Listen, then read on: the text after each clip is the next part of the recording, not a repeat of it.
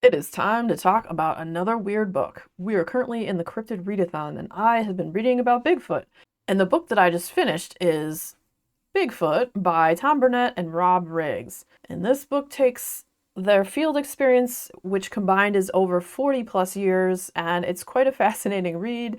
They get into and delve into the whole flesh and blood versus the paranormal schism between the different researchers in the field and just their experiences over the years. And to give a little more insight into this book, I'm just going to kind of read the introduction because it kind of gives you an all-encompassing view of what exactly is going on in this book. So this book is based on Tom Burnett's and Rob Riggs' many years of investigations of an unknown and peculiarly elusive animal, and on interviews of eyewitnesses of apparently the same cryptic beast conducted during their 20 plus years each of field research. So Bigfoot is admittedly a loaded word. For most people, it involves a knee-jerk reaction. Either they already believe in the existence of an undiscovered hairy ape man, or they don't. If they don't, that is usually end of discussion. Even if they do believe, they likely will have a set of assumptions, which could range anywhere from it being a brutish ape to a telepathic superhuman, and will only be looking at evidence consistent with their beliefs, except for the very few who claim to have had direct encounters. Most people's opinions rest solely on their preconceptions. Since the supposed animal in question has never been caught, it is not clear whether people are even believing or not believing in the same thing. So, forget the word.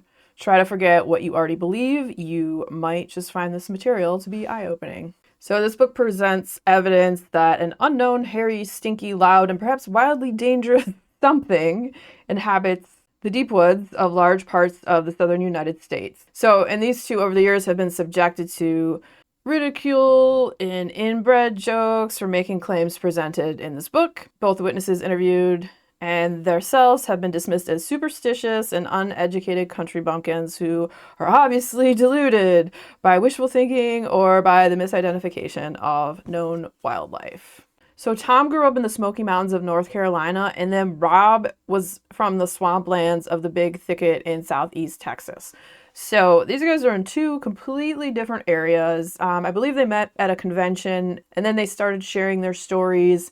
Together, they found a lot of similarities in what they had personally experienced and also from the people that they talked to, that they interviewed about their experiences with some strange creature of the woods. And also they get into a lot of like the weird phenomena surrounding it, and then some of the Native American stuff and like lore and legend, but just that certain phenomena would happen involving lights or orbs and stuff of that nature. And these two guys are in two completely separate areas of the US, but they found those similarities, and that was before they had ever met. And then they come together and they're like, oh yeah, well here this kind of phenomena has happened, and then also here. And that was kind of surprising, for something that, no one can really agree whether it is a flesh and blood creature or if it's more on the paranormal side or if it's both or if it's an interdimensional being and what have you. And they kind of explore all of that. And they do get into like some of the weirder stuff with like,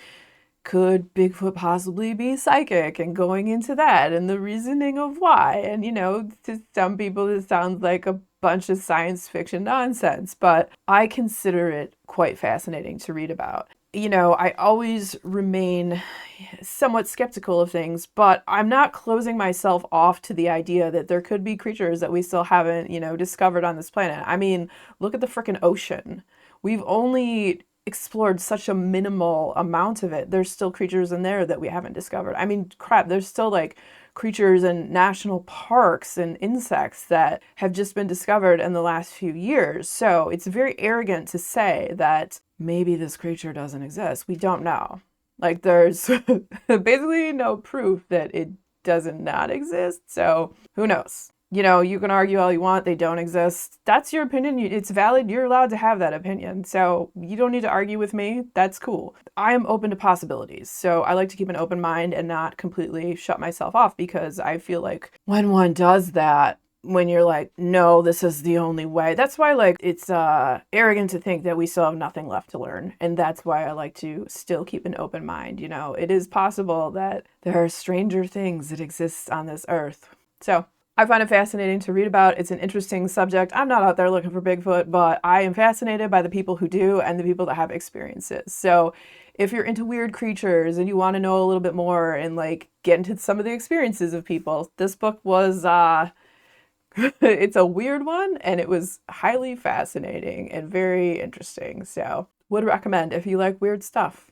And if you enjoyed hanging out today, hit that subscribe button, come back, see me again, and we'll talk about more bookish things and weird stuff.